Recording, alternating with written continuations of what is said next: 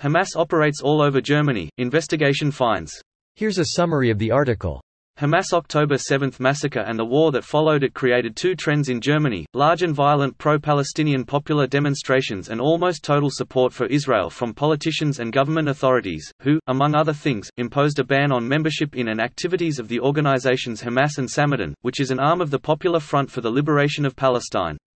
On Thursday, 4 Hamas members were arrested in a joint operation, 3 in Germany and 1 in the Netherlands, and now it is beginning to become clear how wide and deep the infrastructure of the Hamas organization in Germany is.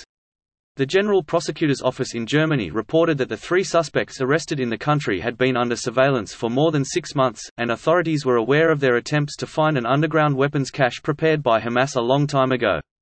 For years, Hamas has benefited from the fact that its activities and its collection of funds in Germany have been ignored, even though it has been on the European Union's list of terrorist organizations since 2001.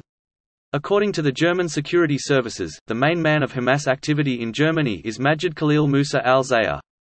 The German Interior Ministry claims that al-Zayar, who holds British citizenship and moved from London to Berlin in 2014, is the unofficial representative of Hamas in Germany and has connections with the most senior leaders of the organization.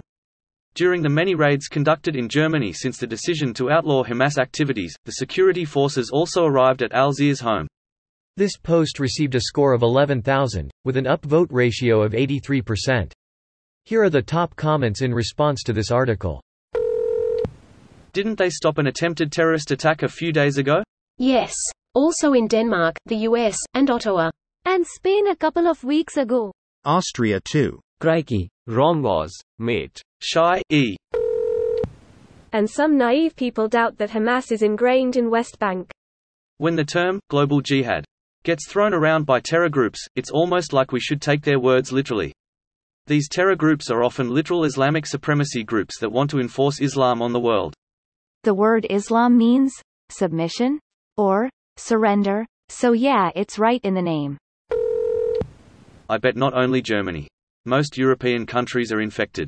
Yeah, anywhere in the Schengen zone essentially has no borders between all these different countries, so it's quite certain that this is everywhere in Europe. Greater than certain that this is everywhere in Europe. The poorer, smaller EU countries don't have almost any Muslim immigrants. Wonder why they won't settle there. According to Western Europeans or Americans, we are too racist, poor, uneducated, and not progressive or multiculti enough. If only we were as progressive as Westerners, we could enjoy the occasional beheading. And they are going to have no problem recruiting among the thousands of Hamas supports in the coming years. They'll have a problem all right. They won't be around to operate like an organization anymore. Hooray. Thank goodness for that smiley face. Closing parenthesis. Really? I doubt Israel is going to take out their funding arm in Qatar or Iran. They're just going to change figureheads. They aren't in Qatar anymore. They've packed up and snuck over to Turkey. Guess they decided that Qatar wasn't strong enough to protect them. Deep down, Europe doesn't like Hamas. The Gulf states don't like Hamas. Egypt doesn't like Hamas. All of these players will pay lip service to condemning Israeli human rights abuses in Gaza, but, on some level, are rooting for Israel to make it such that Hamas cannot exist as a proto-state. Surprise a Pikachu face.jpg. I was trying to pronounce this in German. Berishang Spikachujisekт. If Hamas are spreading their hate in Germany and the Netherlands, they must have twice as much in the UK, as this is a breeding ground. Our press and government are treating us like mushrooms, keeping us in the dark and feeding us bullshit. Dollars to donuts. Russia's propaganda machine is doing what it can to stir up both anti-West sentiment and Islamophobia everywhere they can. Push some extreme messaging and people will respond and it'll naturally escalate. Let's see if this strategy will give them victory in Ukraine. The Magic 8 Ball says, no. This video was automatically created by Reddit to speech.